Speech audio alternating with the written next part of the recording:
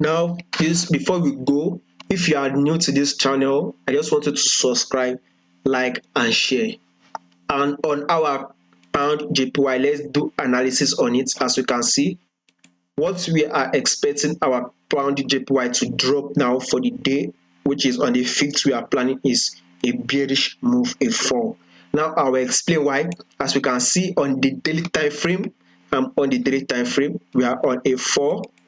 We add this pullback, right? Now we add another 4, breaking our previous lower low. That has already given us a sign that we are now on a bearish move. Now I'm going to see where we broke this our previous lower low. Say I'll highlight it here. Let me highlight it green so you'll be able to understand what I'm trying to say. This green area here, this is where we add this legitimate, our previous lower lows was broken. Now we actually went below and we are come back to retest where we broke that's our previous lower lows. What are we waiting for? A fall, by the way. So our price action has shown us that we are actually expecting a fall on our pound JPY. That is our price action. Now we can see on our indicator, our price is still below our 10 period moving average. As you can see, this is 10 period moving average, which is very, very short, and our price is now below it, which is an indication that we should actually short this trade. That is 2 points, when I say 2 example why you should short it. So this is exactly why we have to sell this our pound to our JPY. Now on our 4-hour time frame, as you can see, we are still on a bearish move. We are going to analyze it as a key level area here. You see key level area here.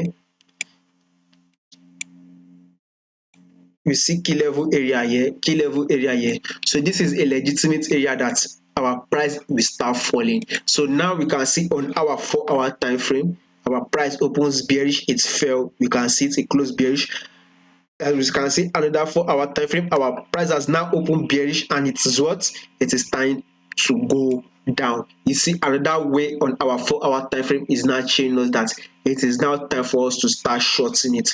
And lastly, we can sit on our pound and JPY index. By the way, I'm aiming for a bullish move, a retracement. We saw a breakout, right? Now our JPY index has now come back to test this our area here. We had this breakout, our previous higher highs that was broke, we had a breakout from our price coming back to retest it, and we are now aiming for a bullish move.